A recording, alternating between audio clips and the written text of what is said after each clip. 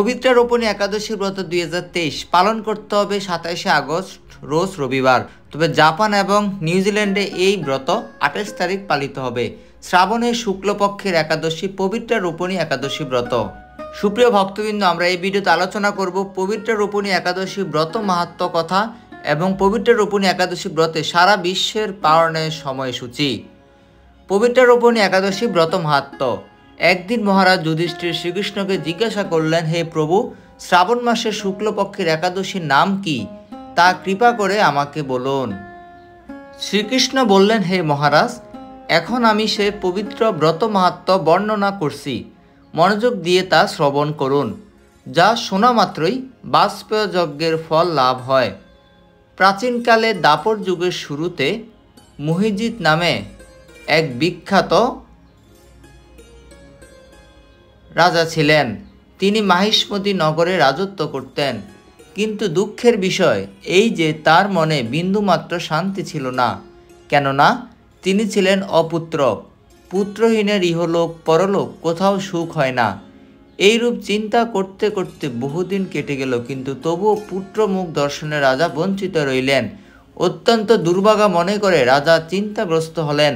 প্রজাদের সামনে গিয়ে বলতে লাগলেন, হে প্রজাবৃন্দ, তোমরা শুনো, আমি এই জন্মে তো কোনো পাপ কাজ করিনি, অন্যায়ভাবে আমার রাজকোষ বৃদ্ধি করিনি, ব্রাহ্মণ বা দেবতাদের সম্পদ কখনো গ্রহণ করিনি, উপরন্তু প্রজাদেরকে পুত্রের মতো পালন করেছি, ধর্ম অনুযায়ী পৃথিবী শাসন করেছি, দুষ্টদের যথানুরূপ দণ্ড দিয়েছি, সজ্জন ব্যক্তিদের যথাযোগ্য সম্মান করতেও কখনো অবহেলা করিনি। তাই হে ব্রাহ্মণগণ, এই প্রকার ধর্মপদ অবলম্বন করা সত্ত্বেও কেন আমার পুত্র লাভ হলো না, তা আপনারা কৃপা করে অনুসন্ধান করুন। কাতর উক্তি শ্রবণে ব্যথিত রাজভক্ত পুরোহিত ব্রাহ্মণগণ রাজার মঙ্গলের জন্য গভীর বনে ত্রিকালজ্ঞ মুনি ঋষির কাছে যেতে মনস্থ করলেন। বনের মধ্যে ঋষিদের আশ্রম সকল দেখতে দেখতে তারা এক মুনি সন্ধান পেলেন। তিনি দীর্ঘায়ু, নীরোগ, নিরাহারে ঘোর তপস্যায় মগ্ন ছিলেন। সর্বশাস্ত্র বিশারদ, ধর্মতত্ত্বজ্ঞ ও ত্রিকালজ্ঞ সেই মহামণি লোমশ নামে পরিচিত। ব্রহ্মার এক কল্প অতিবাহিত হলে মুনিবরের গায়ের একটি লোম পরিত্যক্ত হতো। এই কারণে এই মহামুনির নাম লোমশ। তাকে দেখতে সকলেই ধন্য হলেন। তারা পরস্পর বলতে লাগলেন যে, আমাদের বহু জন্মের সৌভাগ্যের ফলে আজ আমরা এই মহামুনি সাক্ষাৎ লাভ করলাম। তারপর ঋষিবর তাদের সম্বোধন করে বললেন, কি কারণে আপনারা এখানে এসেছেন এবং কেনই বা আমার এত প্রশংসা করছেন, তা স্পষ্ট করে বলুন। আপনাদের যাতে মঙ্গল হয় আমি নিশ্চয়ই তার চেষ্টা করব। ব্রাহ্মণেরা বললেন, হে ঋষিবর, আমরা যে উদ্দেশ্যে এখানে এসেছি আপনি তা কৃপা করে শুনুন। এই পৃথিবীতে আপনার মতো শ্রেষ্ঠ ব্যক্তি আর কোথাও নেই। মহিজিৎ নামে এক রাজা নিঃসন্তান হওয়ায় অতি দুঃখে দিন যাপন করছে। আমরা তার প্রজা। তিনি আমাদেরকে পুত্রের মতো পালন করেন, কিন্তু তিনি পুত্রহীন বলে আমরাও সবাই মর্মাহত। তার দুঃখ দূর করতে আমরা এই বনে প্রবেশ করেছি। হে ব্রাহ্মণ শ্রেষ্ঠ, রাজা যাতে পুত্রের মুখ দর্শন করতে পারেন, কৃপা করে তার কোনো উপায় আমাদের বলুন। তাদের কথা শুনে মুনি ধ্যানমগ্ন হলেন। কিছু সময় পরে রাজার পূর্বজন্ম বৃত্তান্ত বলতে লাগলেন। এই রাজা পূর্বজন্মে এক দরিদ্র বৈশ্য ছিলেন। একবার তিনি এক অন্যায় কার্য করে ফেলেন।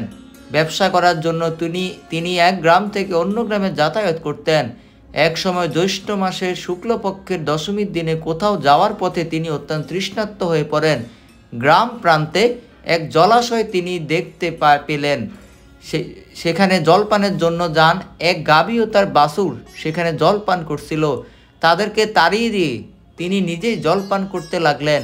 এই পাপকর্মের ফলে তিনি পুত্র সুখে বঞ্চিত হয়েছেন, কিন্তু পূর্বজন্মের কোনো পুণ্যের ফলে তিনি এরকম নিষ্কণ্টক রাজ্য লাভ করেছেন।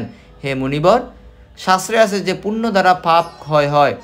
তাই আপনি এমন একটি পুণ্যব্রতের উপদেশ করুন যাতে তার পারদ্য পাপ দূর হয় এবং আপনার অনুগ্রহে তিনি পুত্র সন্তান লাভ করতে পারেন। লোমশ মুনি বললেন, শ্রাবণ মাসে শুক্লপক্ষের পবিত্র রোপণী একাদশী ব্রত অভীষ্ট ফল প্রদান করে। আপনারা যথাবিধি তা সকলে পালন করুন। লোমশ মুনির উপদেশ শুনে আনন্দ চিত্তে গৃহে প্রত্যাবর্তন করে তারা রাজাকে সকল কথা জানালেন। তারপর সকলে মিলে মুনির নির্দেশ অনুযায়ী ব্রত পালন করলেন। তাদের সকলে পুণ্যফল রাজাকে প্রদান করলেন। সেই পুণ্য প্রভাবে রাজমহিষী গর্ভবতী হলেন। উপযুক্ত সময়ে বলিষ্ঠ সর্বাঙ্গ সুন্দর এক পুত্র সন্তানের জন্মদান করলেন। ভবিষ্যত্তর পুরাণে এই ব্রত মাহাত্ম্য বর্ণনা করা হয়েছে।